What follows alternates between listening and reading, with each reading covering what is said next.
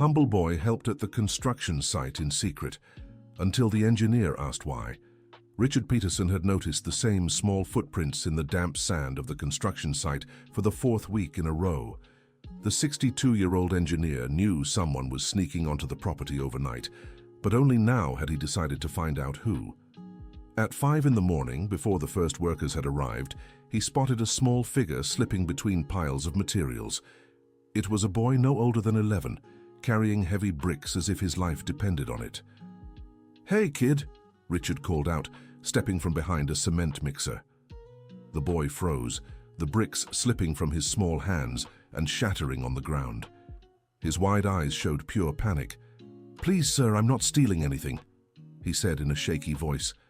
I just need—" "Easy, easy," Richard approached slowly, as he would with a wounded animal. "Nobody said anything about stealing, but tell me what you're doing here every day before sunrise." Nathan, that was the boy's name, looked down at his own dirty, torn feet.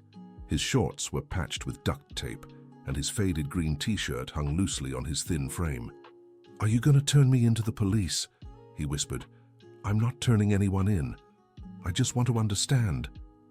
That's when Nathan broke down in tears. It wasn't the childish cry of a tantrum, but something deep and desperate that made Richard's heart ache. "My sister's really sick, sir.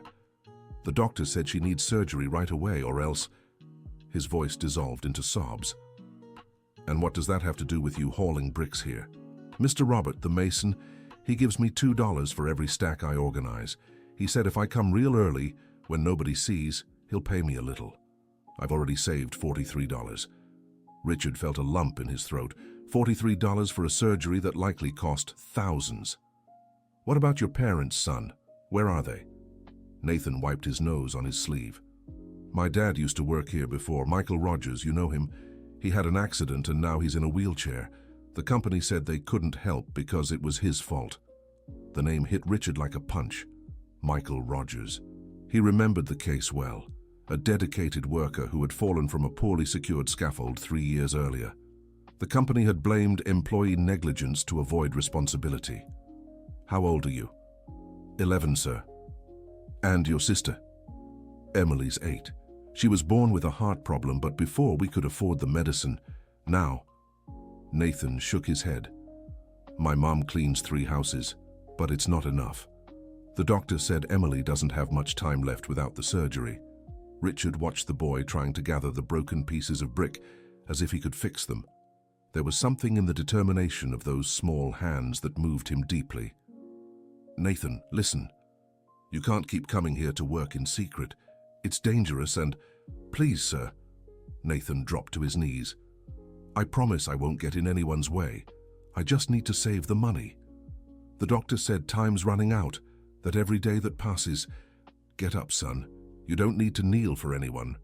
Richard helped Nathan to his feet, noticing how the boy's arms trembled from exhaustion.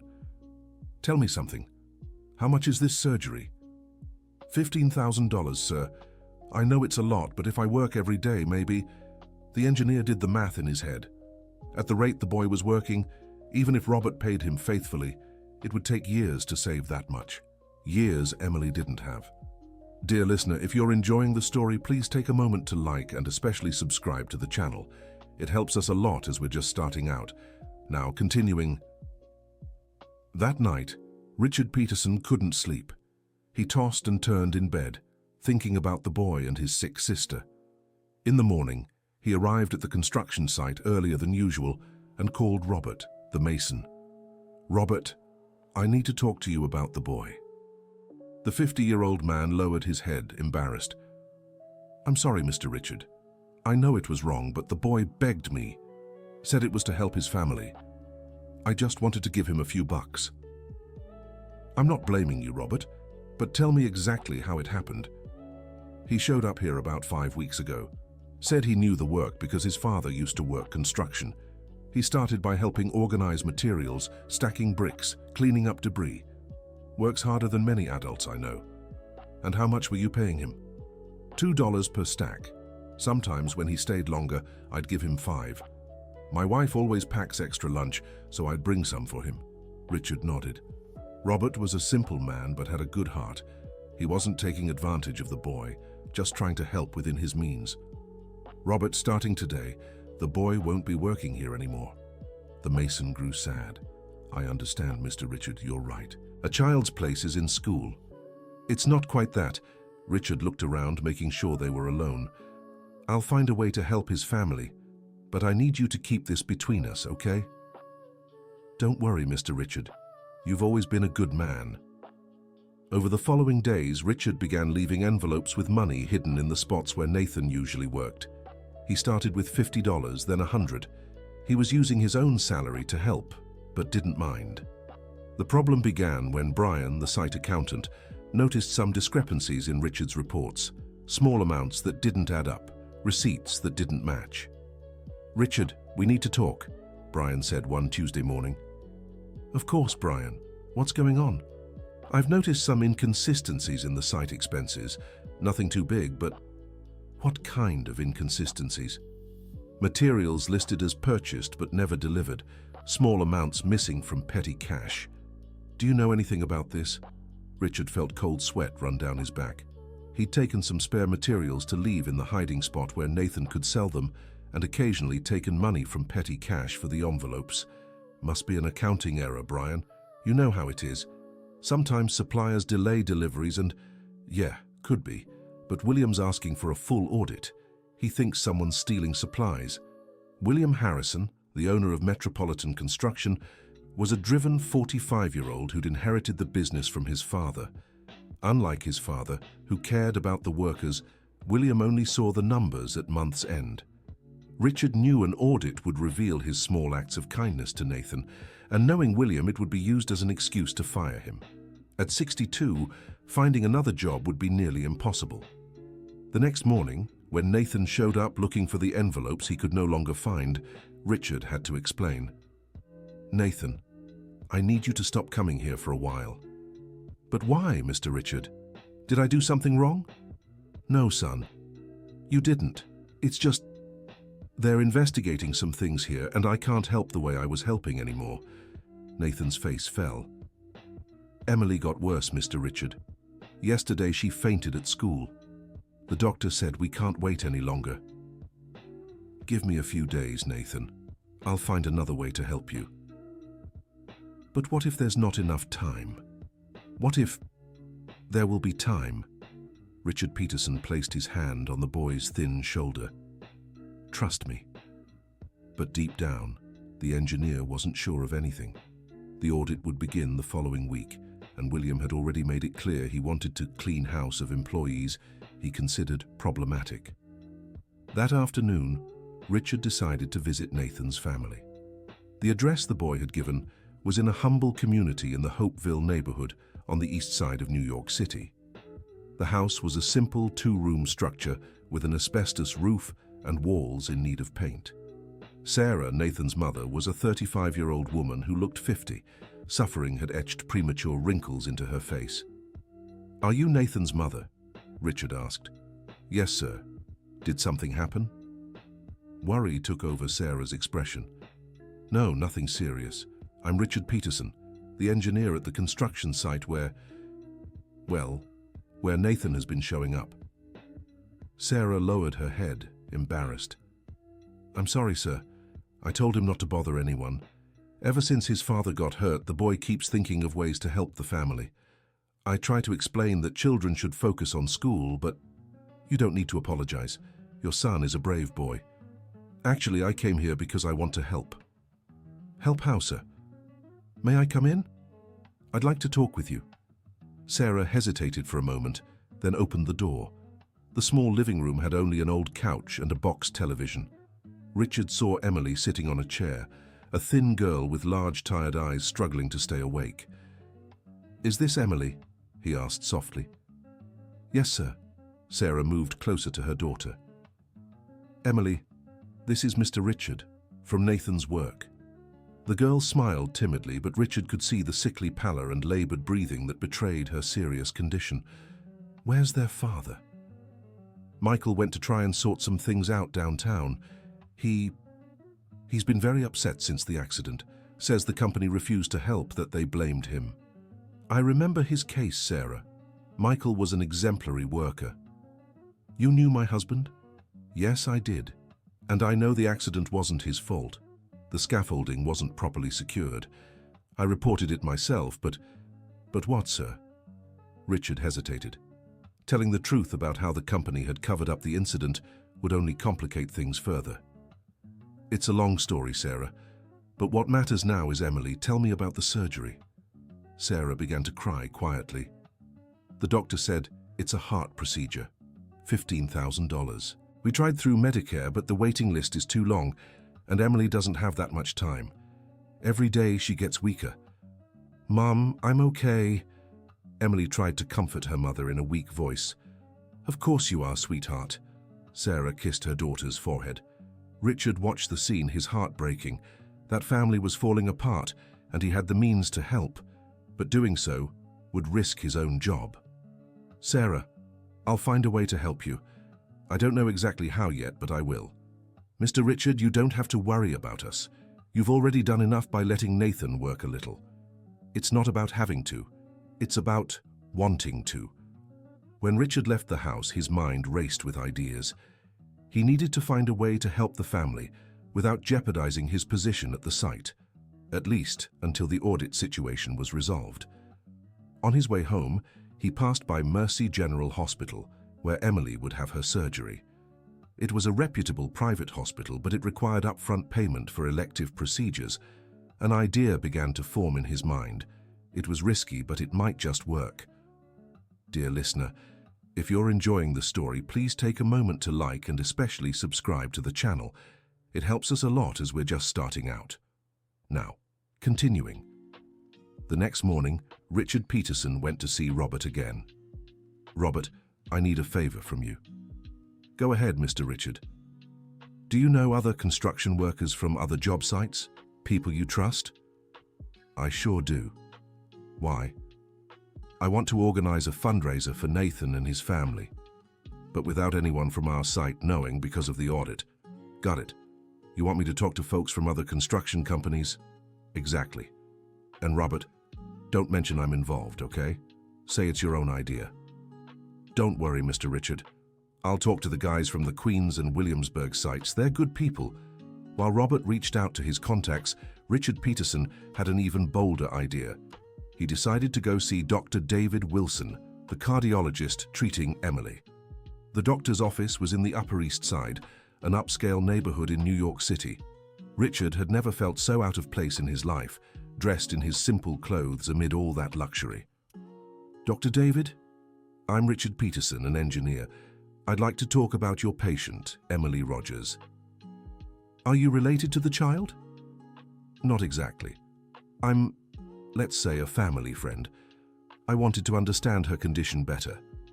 The doctor, a man in his 50s with graying hair, explained Emily's medical situation. She had a congenital heart condition that had worsened over time. The surgery was relatively straightforward, but needed to happen soon. Doctor, is there any way the surgery could be done for a lower cost? Or maybe in installments? Well, Mr. Richard, I understand the family's situation. I've handled similar cases before. The hospital does have a charity program, but the waiting list is far too long for Emily's condition. What if I could get part of the money, say half? The doctor thought for a moment. If you can come up with $8,000, I'll talk to the hospital administration. Maybe we can work out smaller payments for the rest. Richard felt a spark of hope. $8,000 was still a lot, but it was more manageable than $15,000. When he returned to the job site, he found Brian and William talking seriously near the container that served as their office. Richard, you're just in time, William said. We were discussing the audit. Brian found some irregularities we need to clear up. What kind of irregularities? Missing materials, discrepancies in the cash log, inconsistencies in the reports. Brian held up a stack of papers. Nothing huge, but it's noticeable. Richard tried to stay calm. Well, you know how it is. Sometimes suppliers are late. Materials arrive defective and have to be returned. Richard, William cut in. I'll be straight with you. I need to know if you've been taking anything from the site. What do you mean? Materials, money, anything. Because if you have, it's better you tell me now than for me to find out during the audit. Richard took a deep breath. It was time to come clean. William, can I talk to you in private? Brian can hear everything. He's my right-hand man. I'd prefer it just be the two of us. William hesitated, then motioned for Brian to step away. All right, Richard, but I hope you have a good explanation. I do, but first, I want you to remember a worker named Michael Rogers. Michael Rogers, the name sounds familiar. Why? He worked here 3 years ago, had an accident one Tuesday morning, fell from a poorly secured scaffold and was left paralyzed. William turned pale. Oh yes, I vaguely remember. But what does that have to do with... It has to do with the fact that his son, an 11-year-old boy, has been showing up here at dawn to haul bricks for $2. Because his little sister is sick and needs a $15,000 surgery. And you're helping the family? Yes, I took some leftover materials and left some spare change from the petty cash for the boys. It wasn't theft, William. It was humanity. William fell silent for a long time, staring at his hands. Richard, you know this can't go on. If this story gets out, I know. But I also know that accident wasn't Michael's fault. The scaffolding wasn't properly secured, safety procedures weren't followed, and the company covered it up to avoid paying compensation. What exactly are you accusing me of? I'm not accusing anyone, just stating facts. William began pacing in circles, clearly agitated. Listen, Richard. I was new to the company when that accident happened. The decisions back then were made by my father. I just inherited the consequences. And what's your decision now? How much did you take from the site? About $200 in materials and $50 in cash. I can replace it all. And how much does that family need? $8,000.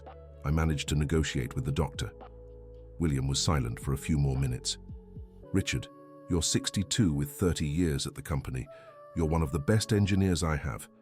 I don't want to lose you over some spare change. So what do you propose? I'll pretend I know nothing about the $250, but I can't help with the $8,000. It'd set a dangerous precedent. Richard Peterson felt a mix of relief and frustration. He'd keep his job, but Emily still needed the surgery. I understand your position, William. But Richard, if you can arrange that money on your own, I'll look the other way. And when the audit comes, I'll say it was accounting errors that have already been cleared up. It was more than Richard had hoped for. At least now he could help Nathan without fear of losing his job. That afternoon, Robert came to him with good news. Mr. Richard, I talked to the guys from the other sites. So far, we've collected $1,200. And Steve, from the Williamsburg site, said he'd talked to some other contacts. $1,200? That's a start, Robert, thank you. We've got to help each other, right, Mr. Richard? Tomorrow could bring worse. But worse was already on its way. That night, Sarah called Richard in a panic. Mr. Richard, Emily fainted again. I'm at Mercy General Hospital's emergency room. The doctor said she needs to be admitted. Calm down, Sarah. I'm on my way.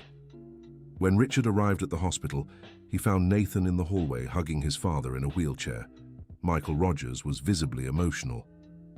Michael, I'm Richard Peterson, an engineer at Metropolitan Construction. I remember you. Mr. Richard, Michael tried to compose himself. Sorry Nathan bothered you at the site. I tried to explain to him that... Michael, your son didn't bother anyone. In fact, I owe you an explanation. What do you mean? About your accident. I knew the scaffolding wasn't secure. I reported it, but the company blamed you anyway. Michael clenched his fists. I always knew it wasn't my fault.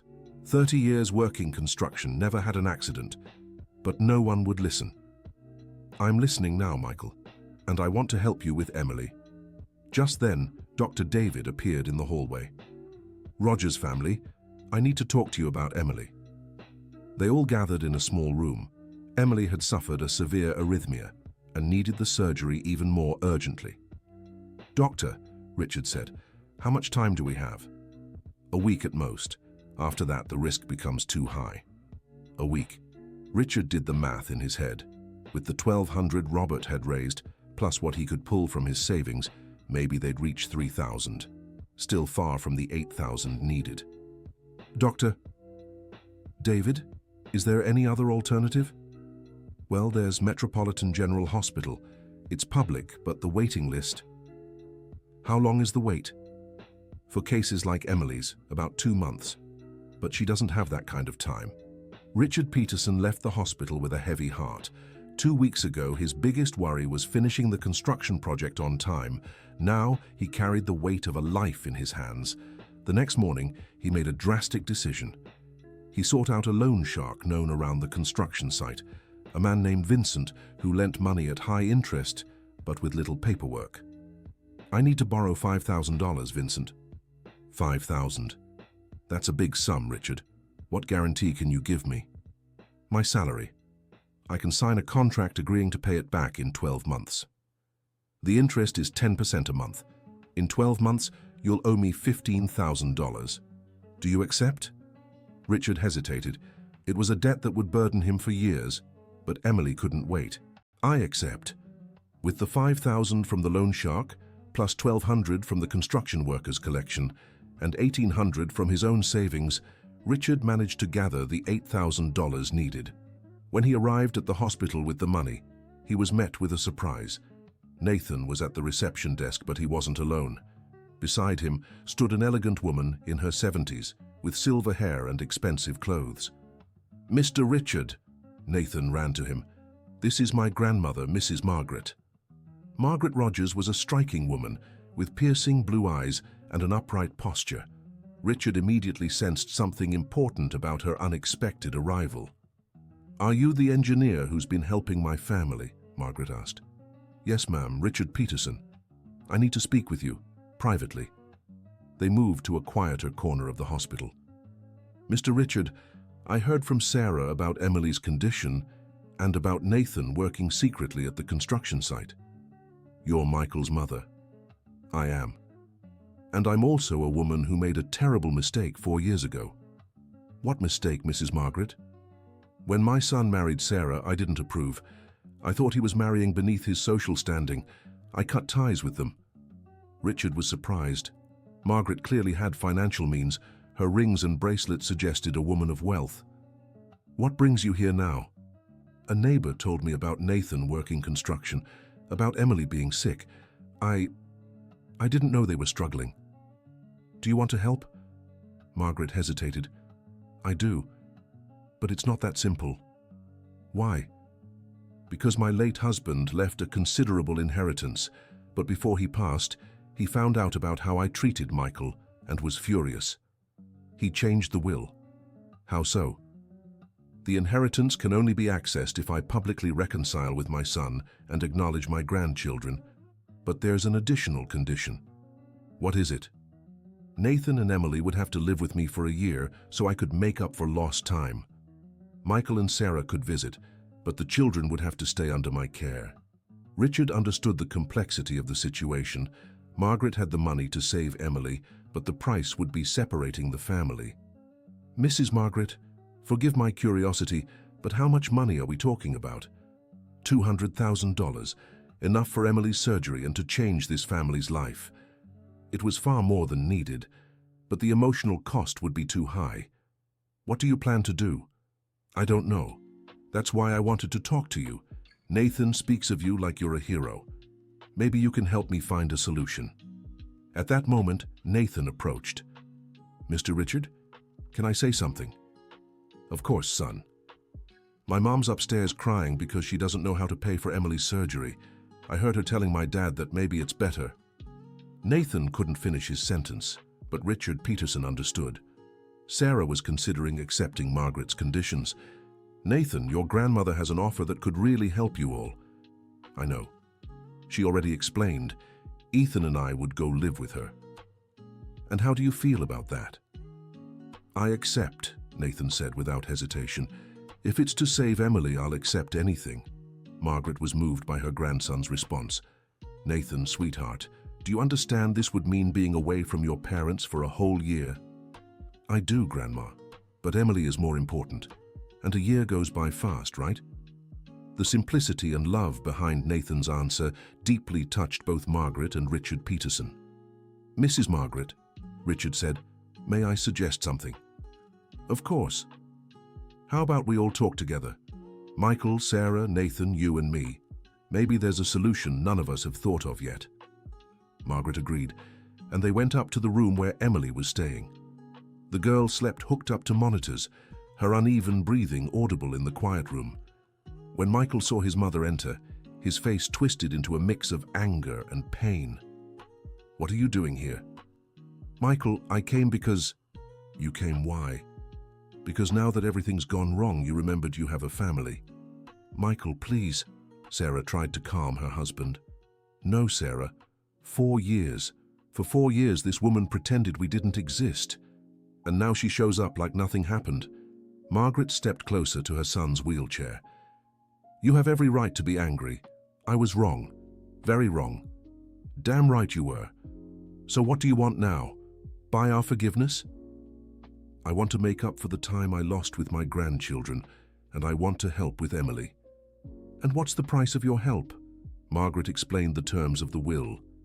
Michael fell silent for a long time. "So you want to take my kids?" "I don't want to take them. I want to care for them, for a year, so we can get to know each other better. And if we say no, then I'll leave, and you'll never see me again." "Mom," Sarah said softly, "can we all talk together?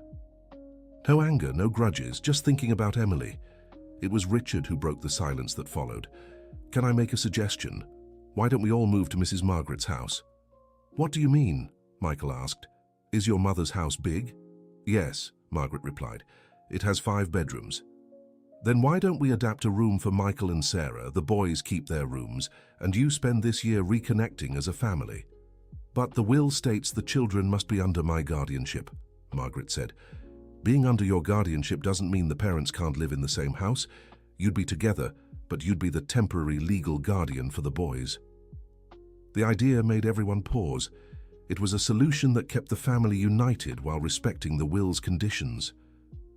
"And after the year?" Sarah asked.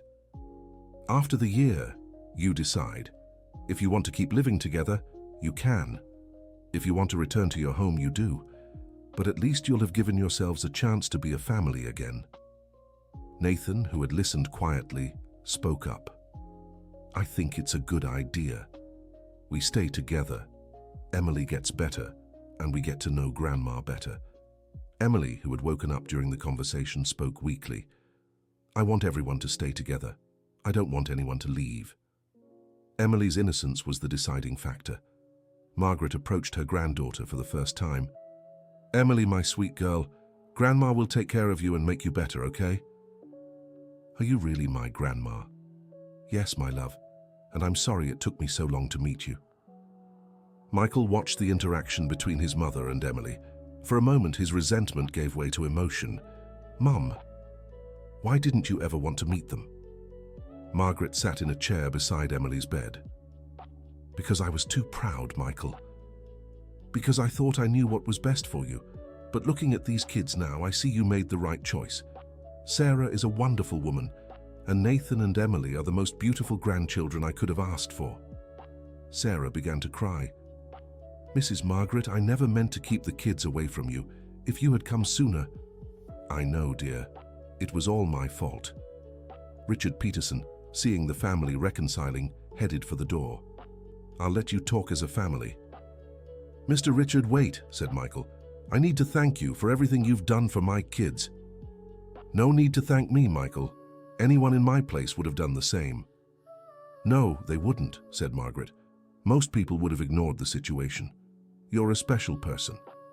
"Mr. Richard," said Nathan, "will you still be our friend?" "Of course, Nathan. You've won me over for life." Dear listener, if you're enjoying the story, don't forget to like and especially subscribe to the channel. It really helps us who are just starting out. Now, continuing. A week later, Emily was being prepped for surgery. Margaret had used part of her inheritance to hire the best medical team in New York City. Dr. David would work alongside 2 other specialists. "I'm sure everything will go well," the doctor told the gathered family. "Doctor, is the surgery really safe?" asked Sarah. "Sarah, in medicine, we can never guarantee 100% success. But Emily is young, strong, and her condition, though serious, is operable. I'd say we have a 95% chance of full success." As Emily was taken to the operating room, the family settled into the waiting area. Margaret had brought books, games, and snacks to pass the time. "Nathan," said Richard, "how are you feeling?" "Scared, Mr. Richard, but also hopeful." "That's natural, son. Fear and hope can walk together." "Mr. Richard, can I ask you something?" "Of course. Why did you help us? We barely knew each other." Richard thought for a moment. "You know, Nathan, I never had kids, never married, always thought my work was enough. But when I saw you carrying those bricks, I saw something I'd lost long ago." "What?" "The courage to fight for the people you love. You reminded me that's what matters most in life." "You really don't have any family?" "No, my parents are gone and I'm an only child." "Well, now you have us," Nathan said simply. The words touched Richard deeply. In his 6 decades of life, he'd never felt so welcomed. 3 hours later, Dr. David appeared in the waiting room with a smile. "The surgery was a complete success. Emily is doing well and should be able to go home in a few days." The family burst into tears of joy. Margaret hugged Michael for the first time in 4 years. Sarah kissed Nathan, and Richard, moved, thanked God for letting him be part of that moment. But the story still had a few more twists. The next day, while Emily recovered in the hospital, William showed up to visit the family. Richard was surprised to see him. "William, what are you doing here?" "I came to meet the family that's had such an impact on you, Richard." William greeted everyone politely, then asked to speak with Michael privately. "Michael, I'm William Harrison, current owner of Metropolitan Construction. I know who you are. I'm here to apologize for what my company did to you." Michael was stunned. "What do you mean?" "Richard told me about your accident, and I decided to investigate. I found the original report he filed back then. You were right, the accident was caused by company negligence." "So? This won't make me walk again." "No, but it can ensure your family has a better future." William took an envelope from his pocket. "This is a settlement offer. $50,000 in compensation for the accident, plus lifetime health insurance for your entire family, plus a job for you in the company's security department, adapted to your condition." Michael took the envelope with trembling hands. "Why are you doing this?" "Because I found out I have a son with cerebral palsy. He's 15, and I always hid him from the world out of shame. Seeing your Nathan's courage and your family's strength made me realize I was the one who was wrong." "Your son, how is he?" "He's doing well. He attends a special school, goes to physical therapy. But I never took him on family outings, never publicly acknowledged he was my son. I'm ashamed of myself." Michael stayed silent for a moment. "William, disability isn't shameful. It's a challenge. I learned that over the last 3 years. Do you forgive me for what the company did? If you truly change, if you treat other employees with dignity, I forgive you." William extended his hand, and Michael shook it. When they rejoined the others, Richard noticed William was visibly emotional. "Everything all right over there?" he asked. "Everything's great, Richard. Actually, better than it's been in a long time." Margaret, who had observed the conversation, approached William. "Mr. William, may I make a suggestion?" "Of course, Mrs. Margaret." "Bring your son to meet Nathan and Emily. Children teach each other in ways adults can't even imagine." "You think so?" "I'm certain. And if you'd like, you can bring him to my house. Now that I'll have the whole family living with me, there's always room for one more child." William was surprised by the generosity of the invitation. "Mrs. Margaret, you don't even know me." "I do. You're a father who loves his son and wants the best for him. That's enough for me." A week later, Emily was discharged from the hospital. The family moved into Margaret's home, a 2-story mansion in Westchester with a large garden and pool. Nathan was amazed by the room Margaret had prepared for him. It had a desk for studying, a bookshelf full of books, and a comfortable bed. "Grandma, is all this really mine?" It's yours, Nathan, but there's one condition. What? You have to focus on your studies. No more skipping school to work construction. I promise, Grandma. Emily also got a special room, decorated with princesses and unicorns. But what made her happiest was Margaret's promise to teach her to play piano. Grandma, you know how to play piano? Yes, my dear, I learned as a child, and now I'll teach you. Even with your heart condition? My heart is healed now, Emily. It can handle all the emotions music brings. Michael and Sarah stayed in the ground floor bedroom, which Margaret had adapted with support bars and a special bathroom for Michael. Margaret, Sarah said one afternoon, thank you for opening your home to us. Thank you, Sarah, for taking such good care of my grandchildren all these years while I was absent. You don't have to blame yourself forever for the past. Oh, but I do. Now, though, I want to focus on the future. And speaking of the future, I have a proposal for you. What proposal? I want you to stop working as a cleaner. I'll give you an allowance so you can focus on studying. Study what? Whatever you always wanted to do. What was your dream before you got married? Sarah smiled shyly. I wanted to be a teacher, but I never had the chance to go to college. Then you'll go now. I've already looked into the education program at Boston College. Classes are in the evening and I can watch the kids. Mrs. Margaret, this is too much. It's the least I can do, dear. As the family settled into their new routine, Richard continued visiting regularly. During one of these visits, Margaret made a proposal that left him surprised. Richard, can I talk to you? Of course, Mrs. Margaret. I have a proposal for you. What kind of proposal? I know you live alone in a small apartment. Why don't you come live here too? Richard Peterson was speechless. Mrs. Margaret, I can't accept. Why not? You're family now. Nathan and Emily see you as a grandfather. And I see you as the friend I wish I'd had all my life. But I don't want to be a burden. Nonsense. You'd be company for me and a father figure for the kids. What do you say? Richard looked around the house. He saw Nathan playing in the garden, Emily playing her first notes on the piano, Michael and Sarah chatting on the porch. It was the family he'd never had. I accept, he said simply. And so, Richard moved into Margaret's house, bringing only his clothes and a few books. He got a room on the second floor, and a family that welcomed him as if he'd always been part of it. 2 months later, William made his first visit to the house with his son, Ethan. The 15-year-old boy used a motorized wheelchair and had difficulty speaking due to cerebral palsy, but his eyes sparkled with intelligence. Ethan, these are my friends. Nathan, Emily, Michael, and Mrs. Margaret. Ethan waved shyly. Nathan, without any hesitation, walked up to him. Hi, Ethan. Want to see my room? I have a video game. Ethan smiled and nodded. William was moved to see how naturally Nathan treated his son without pity or awkwardness. Nathan's always been like that, said Michael. He sees people with his heart, not their limitations. Emily also approached Ethan. Do you like music? I'm learning piano. I can play something for you. Ethan clapped, showing enthusiasm. He loves music, said William. At home, he spends hours listening. Then he's welcome here anytime, said Margaret. Music is meant to be shared.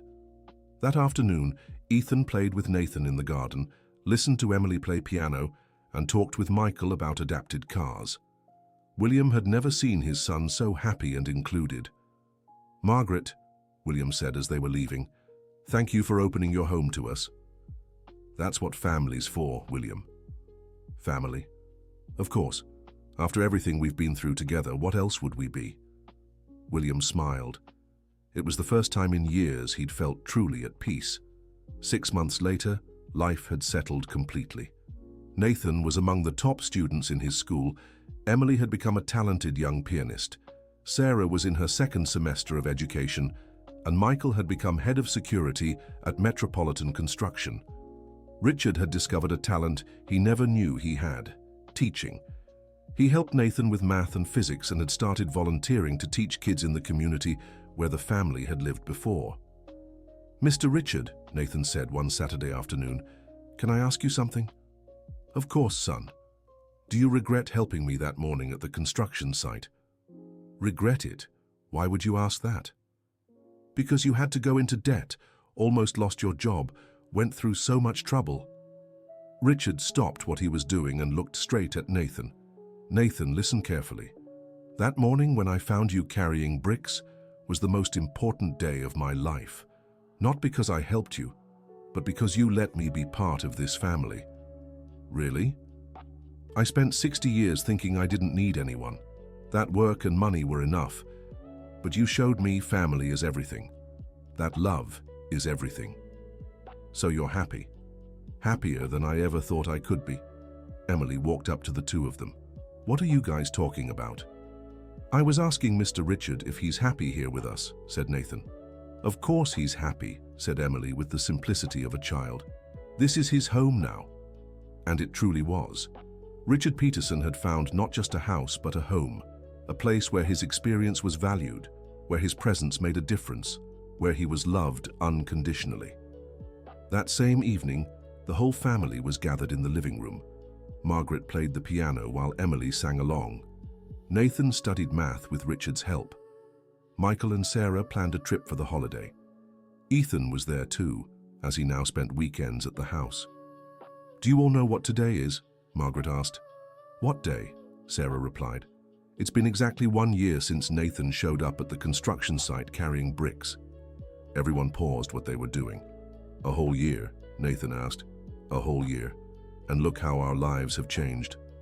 Richard thought about everything that had happened, how the simple act of noticing a boy working had completely transformed his existence. You know what I think? Michael said. I think all of this was meant to happen. How so? William asked. Nathan has always been brave. I've always been stubborn. Richard has always been kind. Margaret has always been generous. She just needed a chance to show it. And you, William, have always been a good father. You just needed the courage to step up. What about me? Sarah asked. You've always been the heart of it all, the one who holds everyone together. And what about me and Ethan? Emily asked. You two are proof that fighting for our dreams is worth it, Nathan said. Ethan, who struggled with speech, made an effort to speak. I love you all. They were the most beautiful words any of them had ever heard. 2 years later, Nathan was graduating middle school as one of the top students. Emily had become a young pianist, performing at charity events organized by Margaret. Sarah had earned her degree in education and started teaching at a public school. Michael had been promoted and now oversaw safety at all the company's construction sites. Richard had retired from the construction company but stayed active by volunteering as a tutor. William had become one of the most respected businessmen in the city, always including his son Ethan in social events and making sure to speak about inclusion. And Margaret? She had discovered that being a grandmother was even better than she'd imagined. Grandma, Nathan said one Sunday morning, can I ask you something? Of course, my love. Do you regret cutting ties with my dad? Margaret thought about her answer. I regret it deeply, Nathan. But if it hadn't happened, maybe I never would have learned the value of a real family. What do you mean? Sometimes we have to lose something to understand how important it was. I lost you all for 4 years, but I gained you back for the rest of my life. What about Mr. Richard? Is he part of the family too? Of course he is. Richard is the grandfather you chose, and sometimes chosen family is even stronger than blood. That afternoon, everyone was gathered in the backyard. Nathan helped Michael tend to the plants. Emily practiced a new song on the living room piano, the windows open so everyone could hear. Sarah read an education book while sunbathing. Margaret prepared Sunday lunch. Richard organized materials for his volunteer class the following week. William and Ethan had arrived for the family meal as they did every Sunday. Everyone, Nathan said, I have something to say. They all stopped to listen. I want to thank you all, especially Mr. Richard. Why thank me, Nathan? Because that morning when you saw me carrying bricks, you didn't call security. You didn't send me away, you stopped to listen to me. Anyone would have done that, Nathan. No, Mr. Richard, they wouldn't. Most people would have sent me away without even asking why I was there. But you were different, you cared. Emily stopped playing the piano and joined the group. It's true. If Mr. Richard hadn't helped, I wouldn't have had the surgery. And if I hadn't had the surgery, we wouldn't have met Grandma Margaret. And if we hadn't met Grandma Margaret, the family wouldn't be together today. And if the family weren't together, Sarah continued, I wouldn't have been able to study and graduate. And if Sarah hadn't graduated, said Michael, I wouldn't have had the courage to accept the new job at the company. And if Michael hadn't taken the new job, said William, I wouldn't have met you all and learned to be a better father to Ethan. And if I hadn't learned to be a better father, William added, Ethan wouldn't have discovered he could make friends and be happy. And if Ethan hadn't made friends, said Margaret, I wouldn't have learned that family isn't just blood, it's love and choice too. Everyone laughed at the logical chain they'd created. So all of this started because you stopped to listen to a boy at a construction site, Margaret said to Richard Peterson. And because a boy had the courage to carry heavy bricks to save his sister, Richard replied, looking at Nathan. And because a family never gave up on each other, even in the hardest moments, said William. And because in the end, Michael said, love always wins. Always. Ethan, with his slow but determined speech, made sure to have the last word. And because family is everything.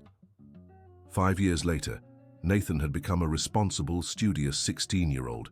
He wanted to be an engineer like Richard Peterson and was already interning at Williams' construction company. Emily, now 13, had won a scholarship to a music conservatory and dreamed of becoming a professional pianist. Sarah had become the principal at the school where she worked. Michael had started a workplace safety consulting firm. Margaret was 80 years old, in perfect health, having found peace in her family. Richard, now 68, remained active and happy, teaching and writing a book about his experiences. William had expanded his company and created an inclusion program for people with disabilities. Ethan was in high school and wanted to study computer science. One Sunday afternoon, as they had done every week for the past 5 years, the whole family gathered at Margaret's house. But this time, there was a special reason to celebrate. Everyone, Nathan said, I have some news. What news? Emily asked. I got a letter today. I was accepted into NYU's engineering program. The family erupted in celebration. Richard was the first to hug Nathan. Congratulations, my boy, you deserve it. Thank you, Mr. Richard. But there's something I want to say. What is it? When I graduate, I want to work on building hospitals, public hospitals, so other kids like Emily can get surgery without having to wait so long. Nathan, Margaret said with tears in her eyes, you really are special. No, Grandma. I just learned from all of you that when someone helps you, you have to pass that help along. And that's how the world gets better, Michael said. One person helping another. That night, after everyone had gone to bed, Richard stepped out into the garden. He looked up at the stars and thought about how his life had completely changed because of an 11-year-old boy he'd once found carrying bricks at a construction site. Nathan, who still hadn't managed to sleep due to the excitement of passing his college entrance exam, went downstairs for a glass of water and saw Richard Peterson in the garden. Mr. Richard, is everything okay? Everything's perfect, Nathan. Just sitting here thinking. Thinking about what? About how interesting life is. I spent 60 years thinking I knew everything about construction. I built skyscrapers, bridges, houses, but I only learned how to build a family when I met you. Nathan sat down beside Richard on the garden bench. Mr. Richard, can I tell you a secret? Of course. That morning when you found me at the construction site, I was about to give up. Emily had been in pain all night and I thought I'd never save enough money for her surgery. What made you keep going? The way you looked at me, it wasn't pity or anger, it was curiosity, like you really wanted to understand. And I did. And that changed everything. You saw me as a person, not a problem. Richard felt his eyes grow damp. Nathan, you know I love you like a grandson, right? I do, Mr. Richard. And you know I love you like a grandfather, right? I do. Then everything's all right. We're real family. And they truly were. A family built with patience, love, forgiveness, and above all, the courage to believe that good people still exist in this world. The end. Now tell me what you thought of this story of perseverance and family bonds. Leave a comment about which moment moved you the most, and whether you believe love can truly transform lives, just as it did for Nathan and his family. Don't forget to like and subscribe for more heartwarming stories.